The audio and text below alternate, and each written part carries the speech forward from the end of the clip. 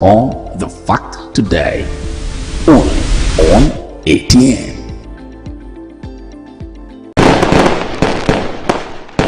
It's New Year. The beginning of every new year signals a hope, faith and desires to be met. From all of us at Morrison Communication Limited, Atlantic Television Network and Wish 99.5 FM, we pray your desires for 2024 are met and that you enjoy abundant grace all year round. Happy New Year and welcome to Excellent 2024.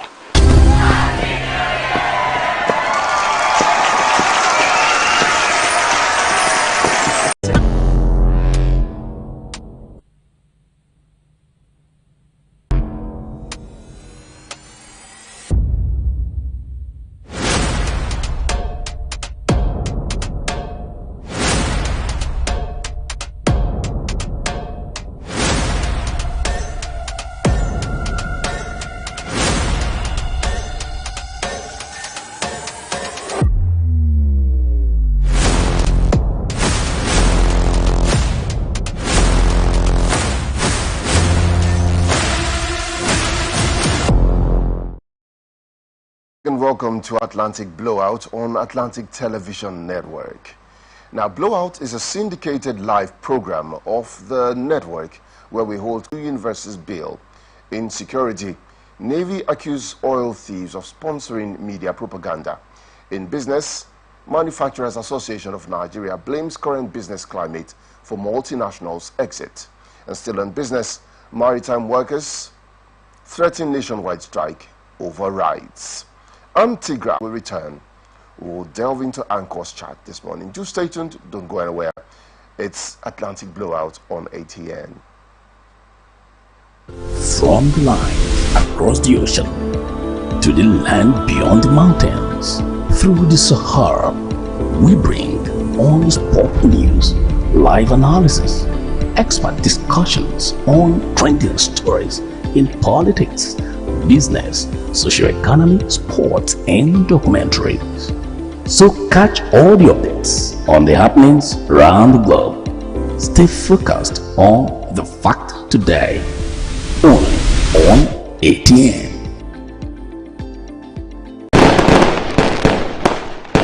It's New Year. The beginning of every new year signals a hope, faith and desires to be met. From all of us at Morrison Communication Limited, Atlantic Television Network and Wish 99.5 FM, we pray your desires for 2024 are met and that you enjoy abundant grace all year round. Happy New Year and welcome to Excellent 2024.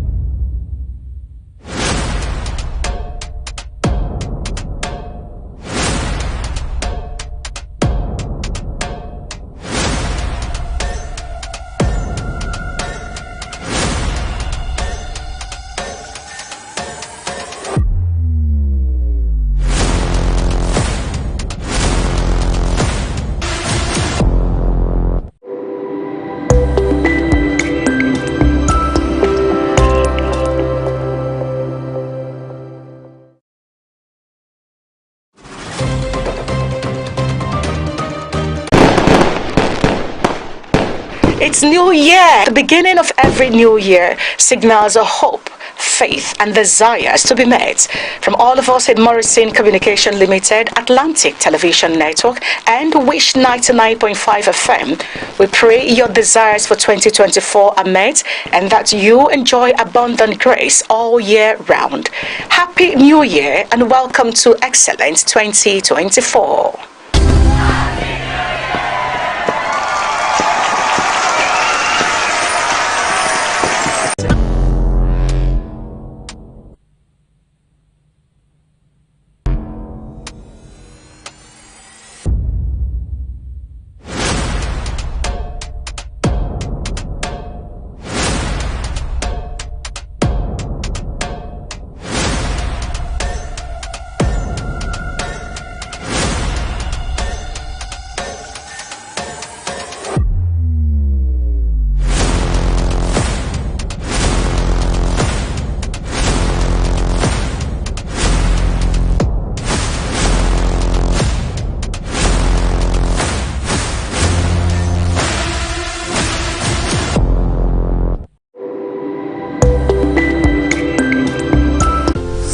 flying across the ocean to the land beyond the mountains. Through the Sahara, we bring on-the-spot news, live analysis, expert discussions on trending stories in politics, business, socio-economy, sports, and documentaries. So catch all the updates on the happenings around the globe. Stay focused on the fact today, only on ATN. Morning one more time and welcome back to Atlantic Blowout this beautiful morning. And straight we go into Anchor's chat, where the Delta North Senatorial District lawmaker Ned Nwoko has explained why a bill that allows civilians to own and carry firearms should be legislated. He said that initiative was crucial in light of the security issues, especially in light of the recent Plateau killings, which resulted in the deaths of over 100 people. He said, and I quote, "An amendment bill allowing civilian firearm ownership must be introduced in the Senate. My bill on self-defense and firearms ownership regulation, currently listed in the Senate awaiting its first reading, deals with this pressing issue. I am pleased that the topic has gained national significance, sparking diverse opinions and discussions that predominantly fall into two camps, one in opposition and the other in support." He also said it is evident that the existing security measures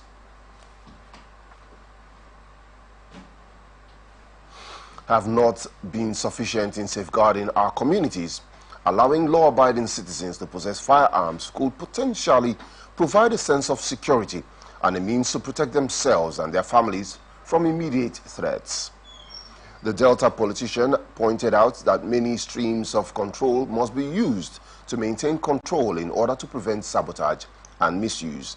He said, and I quote, "However, it is crucial to emphasize that the initiative to permit firearms ownership is accompanied by stringent regulations and comprehensive training.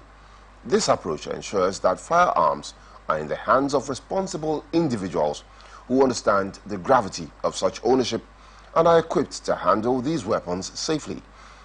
The illegal smuggling of arms is a significant concern due to the prohibition on bearing arms.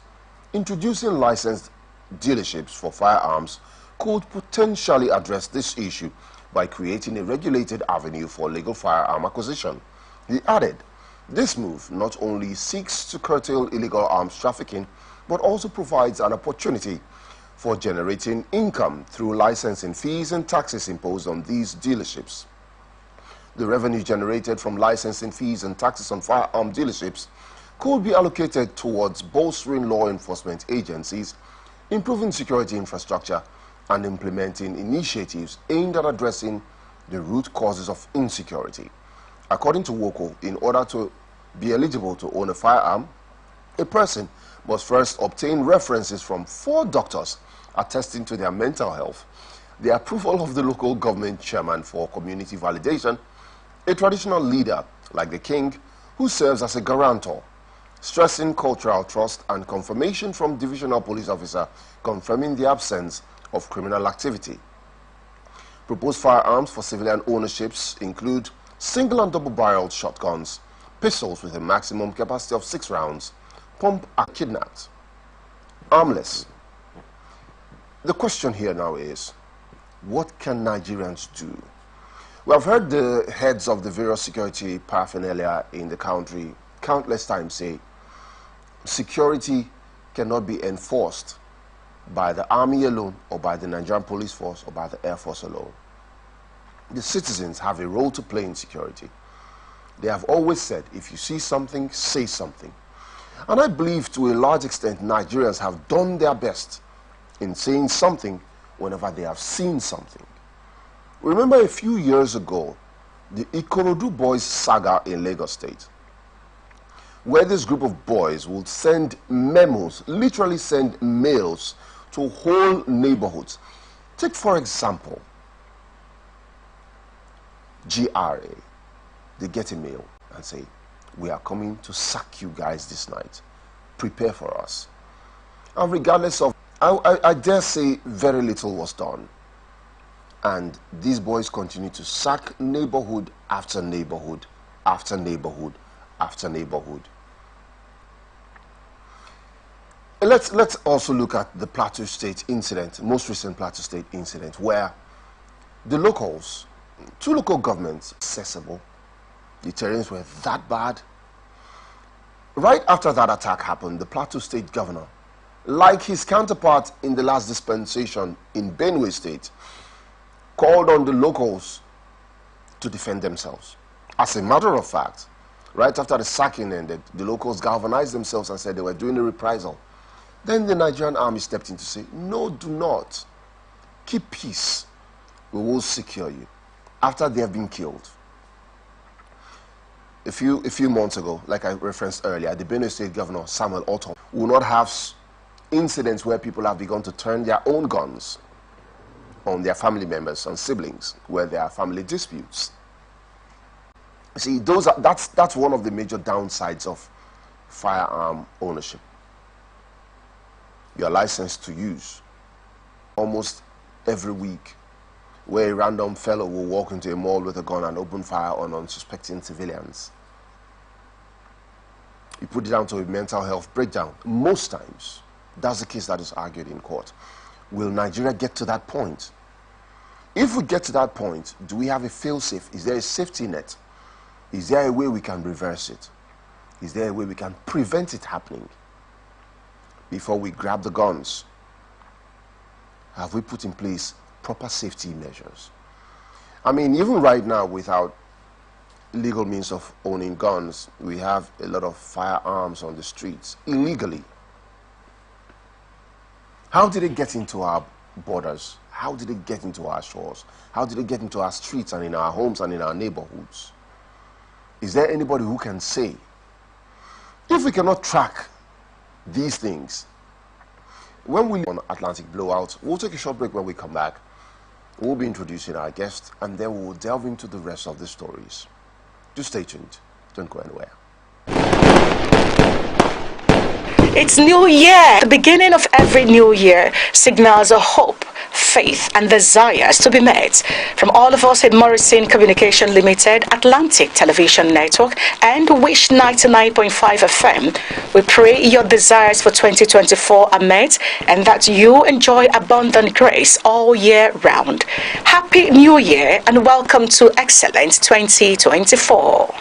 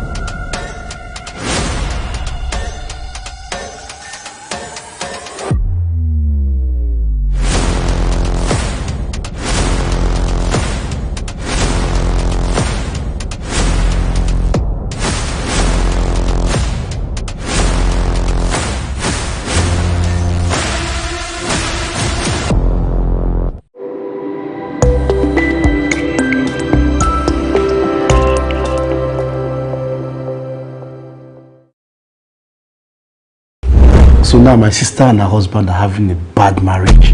There is no such thing as a bad marriage. I have been calling you countless times and you haven't been taking my calls, but I do not want to believe that you're ignoring my calls. So I'm going to ask you, where was your phone? You will not raise your voice at me ever again in this company. At home, you're the husband, no doubt. Right here, I call the shots.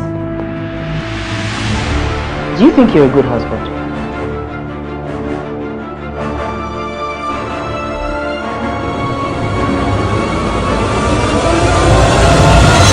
That fiance? Yeah.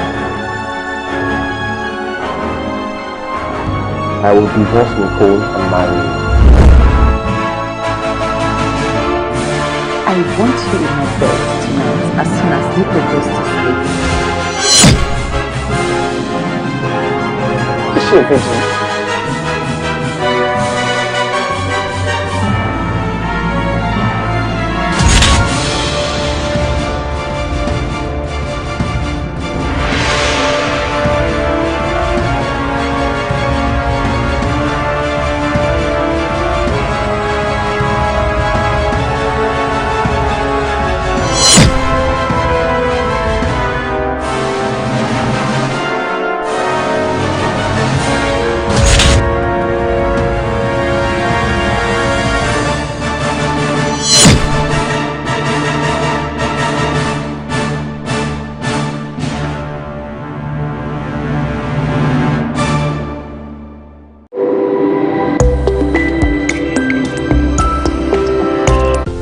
from the line across the ocean to the land beyond the mountains.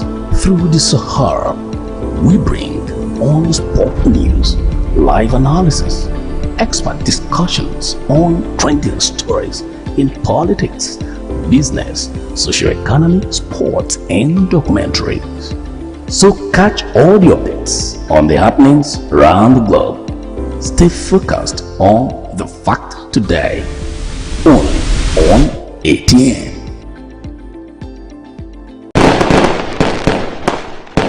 It's New Year. The beginning of every new year signals a hope, faith, and desires to be met. From all of us at Morrison Communication Limited, Atlantic Television Network, and Wish 99.5 FM, we pray your desires for 2024 are met and that you enjoy abundant grace all year round. Happy New Year and welcome to Excellent 2024.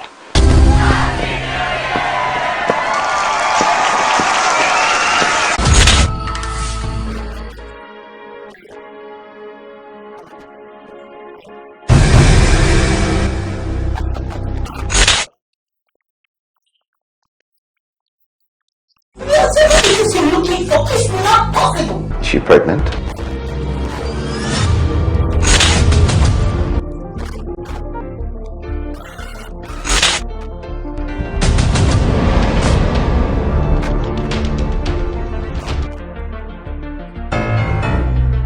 Hi.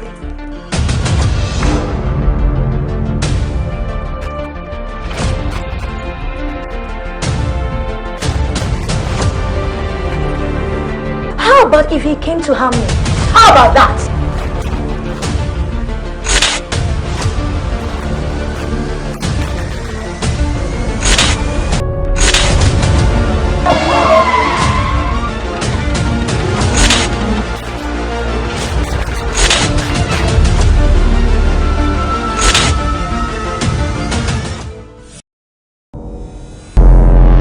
Every day our lives are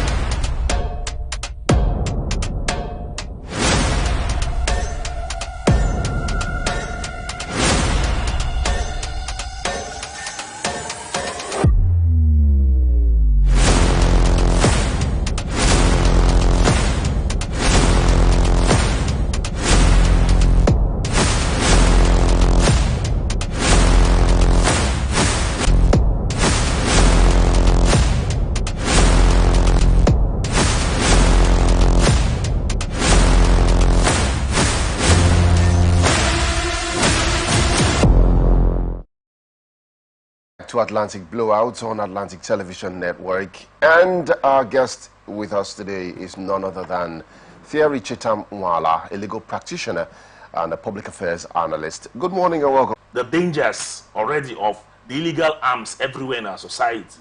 The dangers in our society. Now, we now have a situation where people now own guns. And especially, you know, he has proposed, oh, they need 4 medical reports, they need this, they need that, and all that. It's not going to fly.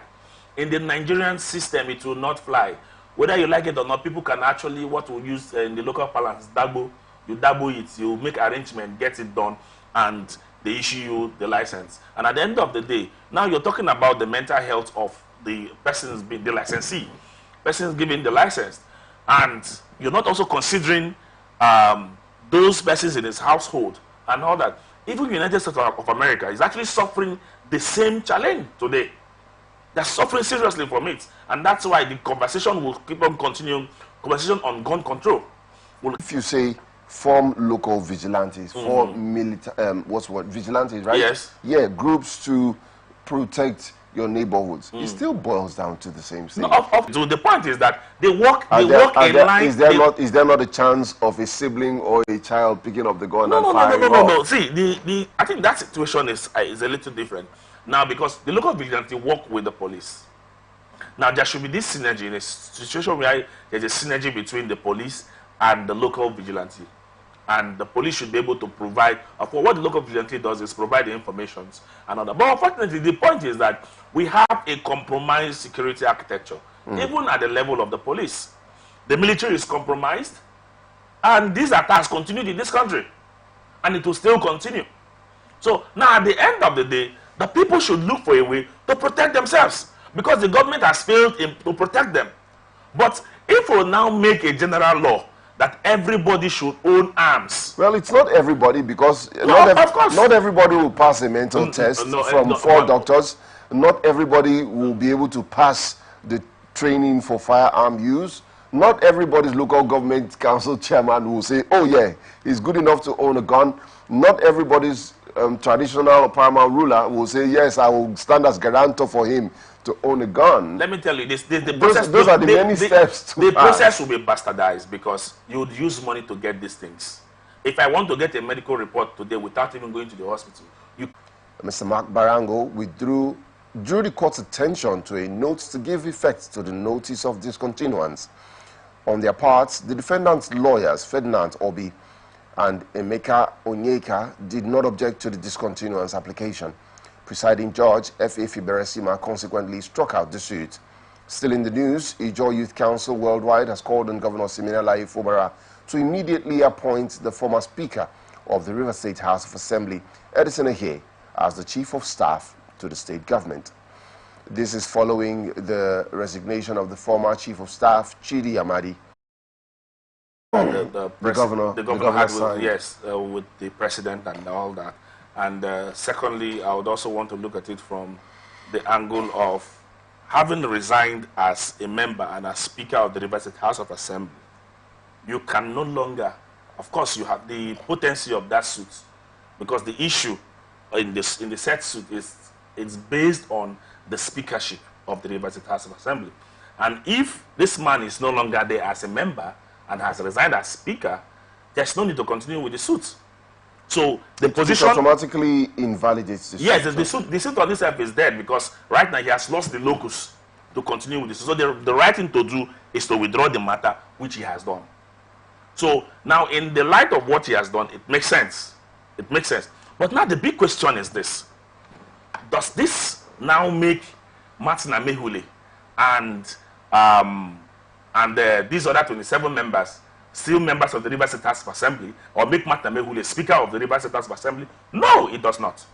Right. Because his resignation, withdrawal of this suit, does not invalidate all the actions he had taken as Speaker.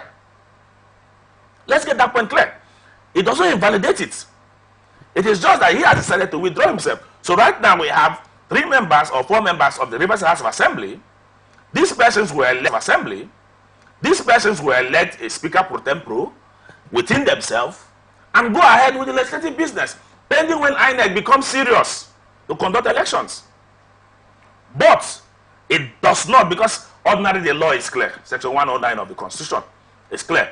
These persons have resigned their membership of the APC, of the PDP, and moved down to the APC. Right. They have automatically lost their seats. Their seats have been declared vacant by the Speaker. The actions of the Speaker, of course, let's not forget, their seats were declared vacant after the court had recognized Edison Ehie as Speaker of the House of Assembly. Right. So it doesn't in any way invalidate the actions he has taken. He has taken. Those actions still stands. The order of the court still stands. It just simply means that the man now, irrespective of the order of the court, has resigned, has left office, and those persons who are there will continue with the entire process. But it does not, his withdrawal of the suit does not invalidate that earlier order given. Doesn't invalidate it. So it still stands, and these people still stand suspended or removed from, which we believe that it will actually go down to the Supreme Court, because Martin Amehule cannot function as Speaker of the River State House of Assembly. He cannot function because he is not even a member of the River State House of Assembly by virtue of what has happened. So the action of the withdrawal, it doesn't change anything for us. But it's also documented that these 27, led by Right Honorable Martin Amehule, are having meetings, are having their sittings as members of the House of Assembly, or should I say a parallel House of Assembly in a certain location and carrying out legislative activities, as it were. So, where does that now fall in the scheme of things? You know, Nigeria is a country where illegality thrives, and because of interests, we have very weak institutions. That's one of the problems we have. We have strong men and weak institutions, and that's why you see that even when a court order comes out, nobody actually enforces these court orders, because the institutions are actually being manned by people who are compromised. Look at the police, for example, that is supposed to enforce these things. Now, they have failed in that. If not, these people should not be sitting. They should be arrested. But what happens? Whenever they sit, they get police protection. As against a standing court order, they get police protection. You know, the way we are going to plunge ourselves into serious anarchy and lawlessness, because these are some of the reasons why the judiciary gets weak every day. This things weaken the judiciary and the potency of orders from court and judgments of courts. So the big issue has always been that the police will protect these people in the face of this whole thing. And that's why we're saying that we need to build a strong institution. Right now we have very weak institution. Strong men everywhere. Yes, Wike is a strong man. He can order the IG of police, or the president can order the IG of police, and the IG of police. Governor should with immediate effect appoint the immediate past Speaker of the State House of Assembly, that's Right Honorable Edison Ehie, as Chief of Staff. And I find it makes me laugh a little bit, because I'm wondering the impetus by which the IYC is making such demands or giving such directives to the state governor. You know, if the state governor wishes to, is within his rights to. So, give us a team that can win for Rivers people. Give us a team that can change the narrative in Rivers State. Because let me tell you, the 8 years of Nyesom Wike as governor of Rivers State was a disadvantage to Rivers State. We don't know how much Nyesom Wike plugged Rivers State into darkness, developmental darkness. How many years behind we were left? States were making progress. Look at Akwa Ibom State, making progress. Look at Lagos State, making progress. What happened to Rivers State in that 8 years? All we do, jamboree. Every day we spend billions of naira doing live television coverage for projects that most of them were not complete. Let me say this, the Wicked administration was a bad administration. In all ramifications, was a bad administration. No human capital development at any point. We didn't see anywhere. No human capacity development at all. All we saw were jamborees. Companies left Rivers State. Companies left Rivers State. There are no jobs. Rivers people are jobless as I speak to you today. We have jobless youths on the streets of Rivers State. Why? Because the government did not create that enabling environment for businesses. You will build an infrastructure, you will lock it up, not put it to use, not employ people into it.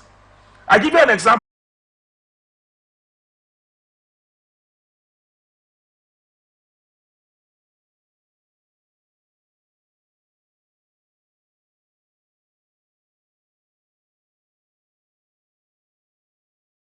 Now estranged Sim Fubara to commission, employ, and kickstart. But we wait with bated breath and watch how it plays out and what happens. But talking about revenue generation, the Rivers State Governor Sim Fubara says the administration, his administration, is willing to work with his Bayelsa State counterpart, Senator Doye Diri, to achieve a peaceful settlement of issues concerning property jointly owned by both states that are pending in the courts. A statement by the Senior Special Assistant on Media to the Governor of Rivers State, Boniface Onyedi, says Fubara expressed his strong that erupted in Rivers State.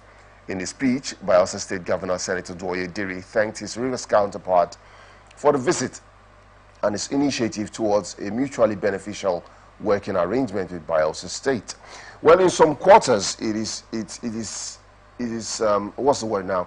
It seems as though the Rivers State Governor going to pay this courtesy visit to Senator Doye Diri of Bayelsa State weakens the position of Rivers State in a few of these conversations.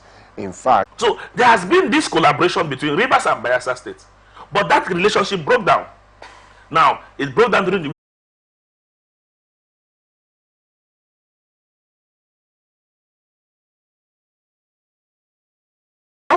he discovered that this has also reduced our allocation, because if we had this oil well, we would have gotten more than we are getting. Right. What did he do? He ran to court, and he got judgment from court that the oil wells should be ceded back to River State. And these issues are still there. They have not gone out. These issues are, of course, the same thing he did with Imo State. He also went to Ibema, ran to court to get back some of those oil wells. Meanwhile, these were same oil wells you pushed and made sure that they were ceded down to both Imo State and to Bayelsa State.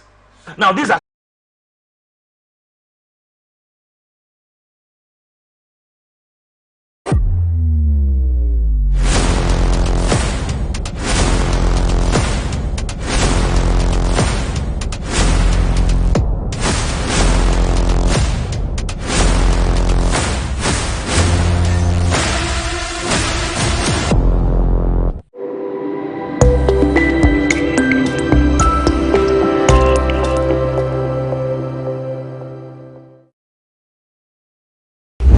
So now my sister and her husband are having a bad marriage.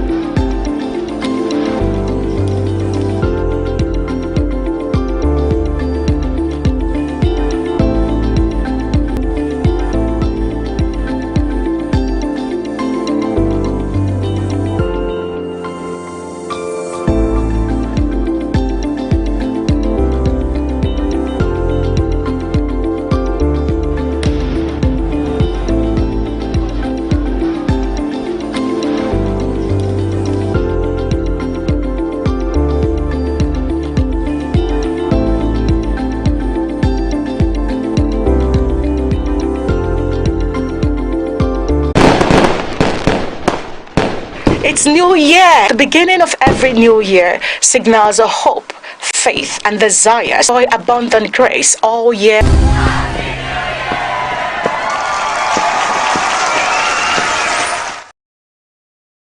It's Atlantic. Take us along with you by logging on to our website, that's atlanticnetwork.tv, or go on to the Play Store and download our app at ATN Live. Otherwise, you can join us via any of the social media handles displayed on your screen. And straight away we go to Ondo State, where the local government chairman seeking judicial reversal of the suspension order, the caretaker chairman of the 18 local government and the 30 of the State High Court, which stopped them from operating in the office.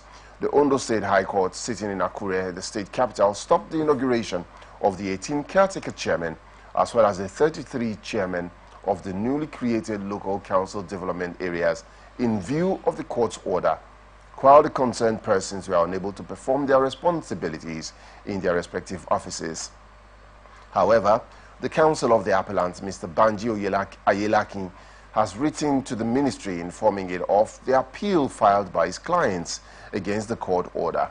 Now, first off, yesterday we had one of the new Guba aspirants for the Ondo elections coming out to say that government was separated from the people, you know, and have full autonomy. Now, the appointment of caretaker committee, one on its own, it's an illegal process, unknown to our laws and unknown to our process. However, politicians do these things as against the laid down laws of the land.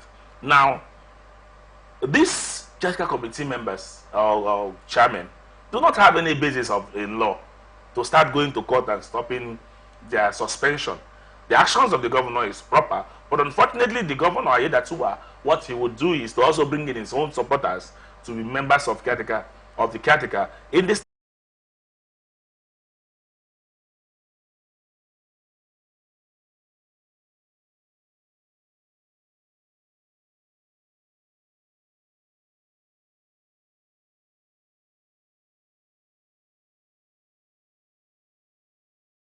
not account for the region. And he leaves office after 3 years. Makes himself a billionaire after 3 years. This has been the trajectory, and this thing continues. I mean, for the governor, if they were elected, it's a different thing. They are political appointees, and they are the whips and captains of the governor. The governor can at any time sack them from office, just like he has done. Local government system. We need to restructure it. And it's not supposed just to be restructured at the House of Assembly level. We should restructure it by amending our constitution, giving local government full autonomy, and also describing the local government elections. The local government system, as even stated in the constitution, it's merely stated in passing. No detail was created, just like it was done for the governorship elections to be run in this state. 100 billion and only receives 400 billion. And of the 400 billion, no developmental projects are carried out. Nothing. How do I even describe it? For the sake of, let's say it's just there. But the crux of the matter is that they report to the governor.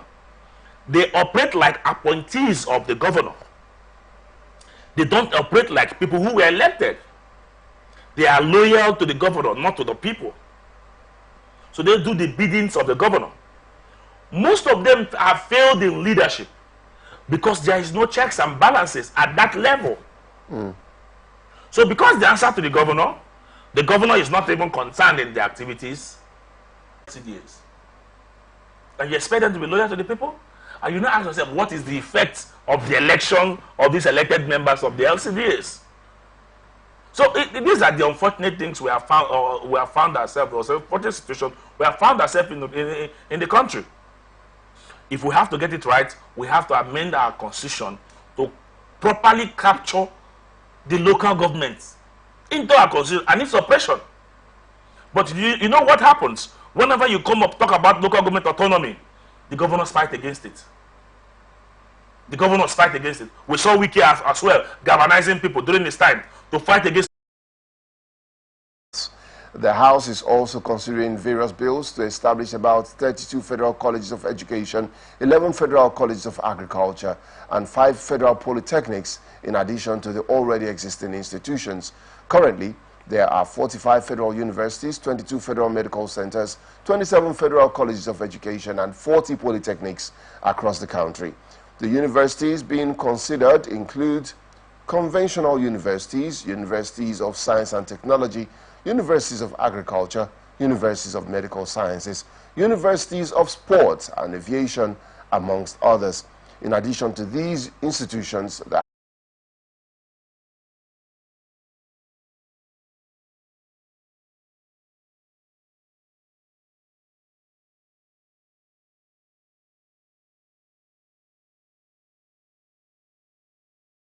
struggling to consume. The truth of the matter, I once worked at the National Assembly for about almost 4 years. I worked at the National Assembly, and I must tell you that the National Assembly of Nigeria is one of the most unserious places in this country. And we have unserious people making laws for us, making serious laws for us. And I must tell you that it's unfortunate. Federal institutions that will have no impact on our society. Meanwhile, the little one you have not been able to develop it. You have not even put in the necessary resources to make these ones work. The quality of graduates that are coming out of these institutions every day is an eyesore. The quality of persons we produce as graduates, it's laughable, it's ridiculous. Yet, in each state, you also have state institutions running side by side. And let's also not forget that we also have federal private institutions running everywhere. When we can't produce our food, what are they being taught in these institutions? Why don't we look at spending so much money on equipping our universities, equipping our educational sector to make sure that our students are producing something? How many universities in this country produces something that is used by Nigerians? How many universities? When I mean something, even if it's pin, how many universities does that? None. Yet we just do the theory. You come, teach people, at the end of the day you give them a paper. And they go back to the society, they still become useless in the society. Even with their paper, they are not employable. We churn out unemployable graduates every day. This is the type of society we run. The needs of the people of the country, or who understand the needs of the country and have failed. Right. Let's not have more than 250 persons in a law class for effective learning. Imagine one person teaching over 500 or 1,000 persons. There'll be difficulty in learning. Which is what you find a lot of times in the University of Port Harcourt. That is why we say it is that there's going to be lots of difficulty in learning. So what do? We have a quota system. You are going to admit 200 and something persons to this class. And this lecturer can manage that 200 persons in the class. And for easy comprehension. So the NUC says you cannot have more than 200 students. But there are about 700 or 800 students who are qualified to be admitted. Does that not tell us that we need 3 more universities to accommodate the extra 600 who have qualified? You don't need 3 more universities. The key point here, what I'm pointing out is these students have qualified. They have met every requirement to be admitted. But the NUC quota system says you cannot admit more than 200. That means that 600 students have to sit at home. They don't need. Yeah. And we're being taught. And we all came out as classmates. At the same time, graduated and moved on to the next level. These things could also be provided at the university level. But you know, effective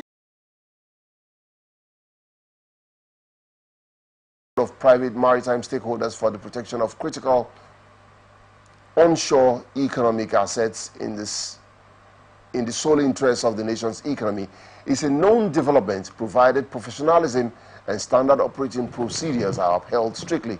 Hence, it is complete fallacy to allege the contrary via sponsored, ill-conceived and uncorroborated publications. Evidently, the Nigerian Navy, as the lead agency for the security of Nigeria's maritime environment, has been at the forefront of galvanizing legitimate maritime stakeholders for the collective fight against crude oil theft and to secure our national economy's assets.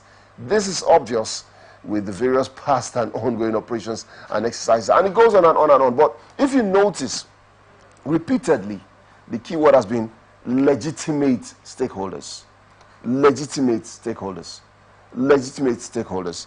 And does that inadvertently say that this Ohanese group that is saying that the Navy is frustrating their efforts at securing